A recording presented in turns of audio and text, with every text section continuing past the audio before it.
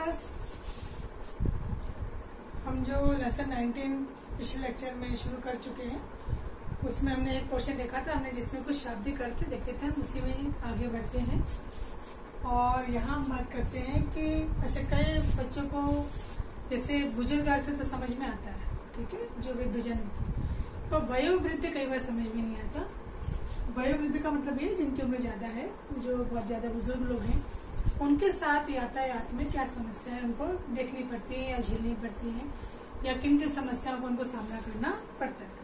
तो देखो बच्चों, सबसे पहले बात है चूंकि उम्र के कारण वो जो एक सामान्य व्यक्ति है उसके ऊपर वो निर्भर हो जाते हैं, क्योंकि उनका चलने फिरने में कई तरह की दिक्कतें आती हैं। तो सबसे पहले तो समस्या ये आती है कि जब वो अपने घर से बाहर निकलते हैं तो उनके लिए कोई भी ऐसी व्यवस्था नहीं होती है बसों में, टैक्सियों में, क्योंकि बसों में, टैक्सी में जो सीढ़ियाँ होती हैं तो सीढ़ियों को चढ़ने में उनको दिक्कत होती है। तो सबसे पहले रैंप ना होना, रैंप ने वो जो इस तरह से फ्लैट होता है उसमें से वो चढ़ सकते। कईयों के पास व्हील चेयर भी होती है, व्हील चेयर में वो हो तो कैसे चढ़ना है उसको, तो रैंप ना होना, ठीक है। कहीं कहीं स्वचालित सीढ़ियाँ भी नहीं होती है, कहीं इनको सरकारी ऑफिस में जाते हैं तो वहाँ वो है ही नहीं, सीढ़ी ही नहीं है, कैसे चढ़ेंगे, रैंप नहीं है, तो उनको बहुत दिक्कत का सामना करना पड़ता है। फिर अगर वो किसी तरह से पहुंच भी जाते हैं तो उनके लिए कोई अलग से टिकट काउंटर नहीं होता। आज रेलवे स्टेशन में, बस स्टैंड में आप देखते हैं इतनी लंबी भीड़ होती है, उनके लिए कोई अलग से टिकट काउंटर नहीं होता है, ठीक है। कहीं कहीं तो ऐसी स्थिति आ जाती है कि वो चलने में सक्षम नहीं है तो उनको व्हील चेयर नहीं मिल पाती है। अब अगर वो बस में जा रहे हैं, चलो किसी तरह से बस में चढ़ भी गए तो उनके लिए कोई सीट नहीं, और सीट है लिखा होता है वहां पर उसमें अच्छे वाले जो स्वस्थ व्यक्ति हैं वो बैठे होते हैं, वो उठते ही नहीं, तो ये भी उनको समस्या का सामना करना पड़ता है। फिर किसी बिल्डिंग में अगर वो जाते हैं तो लिफ्ट नहीं होती है वहां पर, तो सीढ़ी चढ़ने में उनको बहुत परेशानी होती है। तो ऐसी बहुत सारी समस्याएं हैं जो इनको वयोवृद्ध जो होते हैं, अशक्त जो होते हैं या निशक्त जन जो होते हैं उनको झेलनी पड़ती है। तो यही इनके निवारण के उपाय है कि इनके लिए आप क्या चाहोगे, क्या व्यवस्था होनी चाहिए। तो जो व्यवस्था नहीं है वो इनके लिए व्यवस्था होनी चाहिए कि सरकार को अब कोशिश करनी चाहिए कि प्रत्येक मॉल में, जो बड़े मॉल होते हैं या सरकारी विभाग होते हैं या रेलवे स्टेशन है, हवाई अड्डे हैं, बस स्टैंड है, यहाँ पर उनके लिए भरपूर सुविधाएं उपलब्ध करवाई जाए, ठीक है। उनके लिए अलग से टिकट काउंटर हो, जाके उनको लाइन में नहीं लगना पड़े। लिफ्ट की हर जगह सुविधा हो, केवल लिफ्ट होती है तो बंद पड़ी रहती है। व्हील चेयर उनको समय पे मिल जाए ताकि उनको जो है पैदल चलना ना पड़े। तो बहुत सारी समस्याएं जो है उनके निवारण अगर हो जाते हैं तो उनको जो है यातायात में परेशानी नहीं होती। तो इसी प्रकार से बुनियादी संरचना जो होती है, बेसिक चीज होती है, इसका विकास करना क्यों आवश्यक है। पहले बेसिक जो चीजें उनको क्यों, ये सभी वर्गों की आवश्यकताओं को ध्यान में रखती है। ये नहीं कि केवल जो सक्षम लोग उनके लिए, सभी वर्गों की आवश्यकताओं को ध्यान में रख करके बुनियादी संरचना का विकास करना चाहिए। और इसके लिए विभिन्न प्रकार से उचित व्यवहारिक योजना सरकार को बनानी चाहिए ताकि सबके लिए जो है वो सुविधाजनक हो जाए। अब ये जो विकास होता है, इस विकास का प्रभाव करता है, हम देखते हैं शहरों में विकास हो रहा है तो क्या प्रभाव हो रहा है, लोगों को आर्थिक संसाधन जो है इजीली उपलब्ध हो जाते हैं, उनका आर्थिक विकास होता है इसमें, ठीक है, संपन्नता आती है, समृद्धि आती है। हम देखते हैं विकास होता है तो शहरों में आप देख ही रहे हैं, जितना अगर हम सड़क की बात करते हैं, सुरक्षा की बात करते हैं, तो वाहनों की संख्या आप देखिए कितनी ज्यादा बढ़ गई। तो कुछ नुकसान भी है, वाहनों की संख्या बढ़ जाना, संख्या में वृद्धि हो रही है तो दुर्घटनाओं में भी वृद्धि हो जाती है। फिर ये जो कार चालक होते हैं या बड़ी गाड़ी चलाते हैं, उनका व्यवहार अच्छा नहीं होता है छोटे वाहनों को चलाने वालों के लिए, सड़क पर चलने वालों के लिए तो वो बहुत ही ज्यादा जो है अपना क्रोध दिखाते हैं, उनसे अच्छे से बात नहीं करते हैं। जबकि पैदल चलने वाला वो इतने सम्मान का अधिकारी है, क्योंकि सरकार ने जो रोड बनाई है वो सभी के लिए बनाई है, विशेष तौर पे केवल गाड़ी वालों के लिए नहीं। तो हमें सड़क पर चलने वाले सब व्यक्ति का सम्मान करना चाहिए।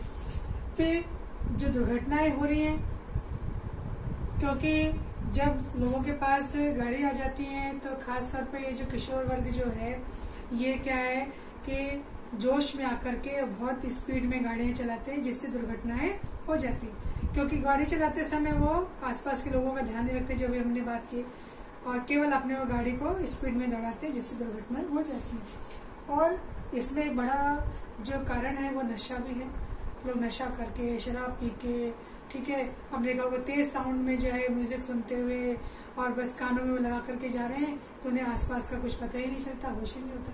तो ये विकास अगर हो रहा है तो विकास के साथ कुछ समस्याएं भी आ जाती है। जैसे यहाँ पर हम एक उदाहरण देखेंगे, ये आपने देखा होगा हिट एंड रन केस। कितने सारे हम उदाहरण देखते हैं कि टक्कर मार करके और भाग जाना।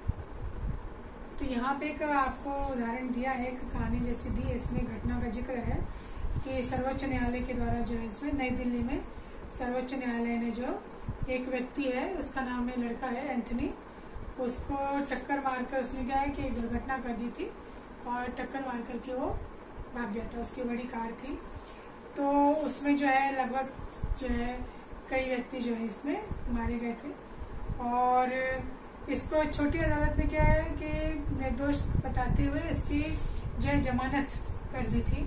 तो जब ये मामला ऊंची अदालत में पहुंचा तो इन्होंने क्या किया, इसकी अनुमति रद्द कर दी, जमानत की, और उसको सजा भी सुनाई, 3 साल की सजा भी सुनाई। तो सर्वोच्च न्यायालय ने जो है उसकी जमानत रद्द कर दी और उसको कहा कि अब आपको जेल में जो है बाकी जीवन गुजारना होगा। तो परेरा ने एक विशेष याचिका भेजी थी अवकाश के लिए कि उसने क्या किया था कि उच्च न्यायालय ने जो इसको दोषी ठहराया था ना, एक तो अधीनस्थ न्यायालय ने उसको नहीं दिया था, उच्च न्यायालय ने जो दोषी ठहराया था, तो उसने क्या किया, उस फैसले को, कोर्ट के फैसले को भी इसने चैलेंज कर दिया था, चुनौती दे दी थी। तो उसमें सुप्रीम कोर्ट ने फिर निर्णय दिया, उसकी जमानत भी रद्द कर दी और जेल में इसको कहा कि तुम्हारी जो बाकी जो सजा है वो तुमको वहां पर भुगतनी होगी। और इसके साथ साथ कई आपने सुना वो धाराएं लगा देते हैं, मतलब कई सारी सजा एक साथ चलती हैं, इसके ऊपर भी कई सारी धाराएं लगा दी गई। तो उसके अंतर्गत भी कहीं किसी में 1 वर्ष की, किसी में 6 माह की, कहीं पर उसको किसी को भयंकर चोट पहुंचाने के लिए, मतलब अलग अलग रीजन देते हुए अलग अलग धाराएं इसके ऊपर लगाई गई और सरकार कोर्ट ने कहा कि सारी सजाएं एक साथ ही इसकी चलेंगी। तो हुआ क्या था कि 21 वर्ष का ये जो लड़का था, इसने मुंबई में अपनी तेज स्पीड गाड़ी चलाते हुए, जो फुटपाथ पे लोग सोते हैं उनके ऊपर अपनी गाड़ी चढ़ा दी थी, उसको कुचल दिया था। और उस समय जब उसको देखा गया तो वो नशे में था, जो अभी हमने बात की कि नशे में, हमने अपने शहर में भी कई ऐसे केसेस सुने हैं और हम अखबारों में आए दिन पढ़ते ही रहते हैं। तो ये नशे का प्रभाव क्या होता है, मानसिक असंतुलन कर देता है, व्यक्ति को अपना होश ही नहीं रहता है और उस समय क्या है, उसको गति सीमा का भी ध्यान नहीं रहता है। तो गति सीमा का ध्यान भी नहीं रहता है और ट्रैफिक के नियमों का भी उल्लंघन करता है, ट्रैफिक लाइट्स का उसको कोई अंदाजा नहीं होता है क्योंकि उसको खुद के ऊपर काबू नहीं होता है। तो ऐसे समय में वो दुर्घटना खुद भी करता है, दूसरों को भी, खुद भी दुर्घटनाग्रस्त हो जाता है और सामने वाले को भी जान के जो है स्थिति जाने की आ जाती है। तो सुप्रीम कोर्ट ने जो है उस समय जब नशे में पाया गया और उसमें कई श्रमिक थे, कुछ मारे गए और कुछ घायल भी हो गए थे। तो जो छोटी अदालत थी उसने क्या किया था, उसको बिना दंड की दिए और उसको छोड़ दिया था। तो उसके एक फैसले के खिलाफ जो है सुप्रीम कोर्ट में एक मुकदमा जो है फिर से खोला गया था और राज्य सरकार ने भी कहा था कि भाई इस मामले की पुनः जांच की जाए। तो कई बार बच्चों पता क्या होता है कि जो दुर्घटना होती है ना, उसको फिर से वहां पर एक जैसे कहते हैं नकली रूप में उसको देखा जाता है कि कैसे दुर्घटना हुई होगी, कैसे क्या वहां पर स्थिति हुई होगी। तो उसको रिक्रिएट किया जाता है उस सीन को वापस से और फिर देखी जाती है कि भाई क्या स्थिति थी, क्या कारण था इसका, और फिर जब सारी चीजें जो होती हैं वो सामने निकल के आ जाती है, फिर सजा जो है वो हो जाती है। तो टक्कर मारकर भागने का एक प्रकरण इसमें लिया हुआ है। फिर मौसम ने देखते हैं, मौसम की दशा का भी प्रभाव पड़ता है क्या दुर्घटनाओं में, पड़ता है। अगर मौसम खराब है, बहुत ज्यादा अगर धुंध हो रही है, कोहरा हो रहा है, ठीक है, या बहुत तेज बारिश हो रही है, ये सड़कों पे अंधेरा भी हो जाता है कई बार जब कोहरा वोहरा होता है, ठीक है, तेज बारिश में भी। तो ऐसे में क्या होता है, और सड़कों की हालत अगर खराब है, गड्ढों में पानी भर जाता है, तो जो वाहन चालक होते हैं उनका जो है क्रोध बढ़ जाता है, वो आपे से बाहर हो जाते हैं, आवेश में आ जाते हैं और वो अपना सारा गुस्सा फिर क्या करते हैं, पैदल चलने वालों के ऊपर निकालते हैं। तो मौसम का भी प्रभाव जो है वाहन चालक पे पड़ता है। तो इसलिए सबसे अच्छा उपाय होता है कि जब आप घर से निकले तो बहुत शांत मन से निकले, ठीक है। चलते टाइम आप अपनी गति को जो है, कार की गति या वाहन की गति को जो है सीमित रखें, जो है गति उसको ध्यान रखें और धैर्य रखें, जल्दबाजी ना बन जाए, ठीक है। सड़क पर चलने वालों को सबको जो है निकलने का मौका दें। तो आप क्या है, अगर शांत मन से निकलेंगे घर से, लड़ाई झगड़ा करके ना निकलें, जल्दबाजी ना दिखाएं, तो आप क्या है खुद भी बचेंगे, क्योंकि दुर्घटना होती है तो दोनों तरफ पक्षों को नुकसान होता है। तो ऐसे में क्या हो सकता है कि आप जो है और शराब ना पिए, नशा ना करें। तो सबसे बड़ा कारण तो यही माना जाता है कि जो है लोग इस तरह से जाते हैं तो दुर्घटनाएं कर देते हैं। तो ऐसे में दुर्घटनाएं ना हो, इसका ध्यान रखना चाहिए। क्यों?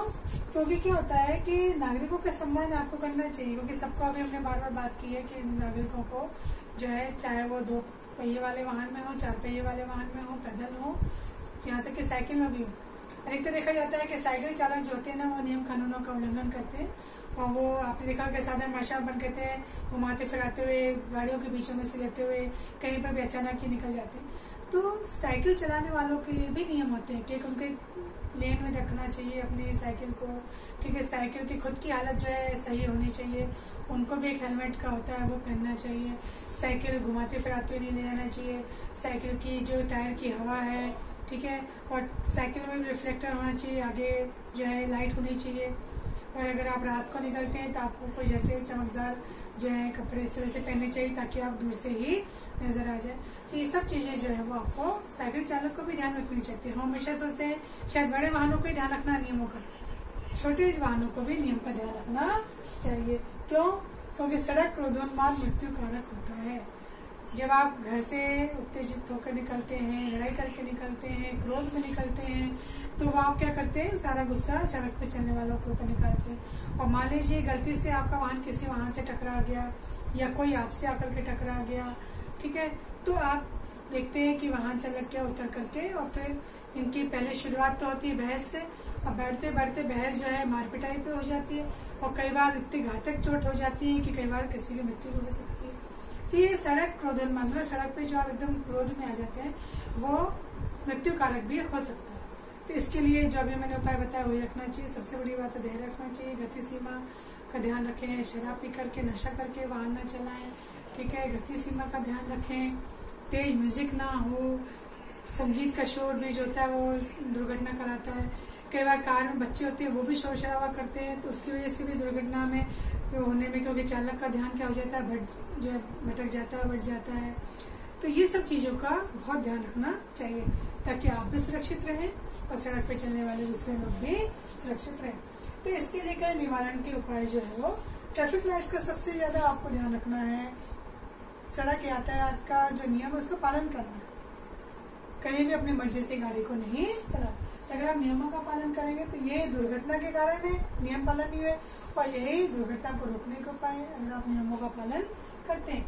तो लोकतंत्र में परिमाण का मापदंड होता है जीने का अधिकार। लोकतंत्र में सबको जीने का अधिकार है, और जीने के अधिकार का उल्लंघन कौन करता है, कैसे होता है, जब सड़क दुर्घटना हो जाती है, सड़क पर हिंसा हो जाती है, तो आपके जीने के अधिकार का क्या हो गया, उल्लंघन हो गया। तो हमारी जिम्मेदारी क्या है, जो नई पीढ़ी है, आप लोग अभी छोटे हैं, तो आपके प्रति भी सबकी जिम्मेदारी क्या है कि आपको ट्रैफिक नियमों के बारे में बताया जाए। माँ बाप को भी चाहिए कि इस बात का ध्यान रखें कि जो बच्चे ये लाइसेंस अभी नहीं ले सकते उनको गाड़ी हाथ में ना दें, ठीक है। छोटे छोटे बच्चे आजकल वाहन चलाते हैं तो वो स्पीड में चलाते हैं और दुर्घटना कर देते हैं। तो माँ बाप को इस बात का विशेष ध्यान रखना चाहिए कि बच्चे जो है उनको ट्रैफिक नियमों, चला आप पैदल भी चल रहे हो तो पैदल चलते टाइम भी आपको नियमों का ध्यान रखना है, सड़क पार करते समय नियमों का ध्यान रखना है। तो इससे क्या होता है, दुर्घटनाओं से हम बच सकते हैं। क्योंकि यहाँ पे एक बात और आती है, सड़क हिंसा, इसको रोड रेस कहते हैं।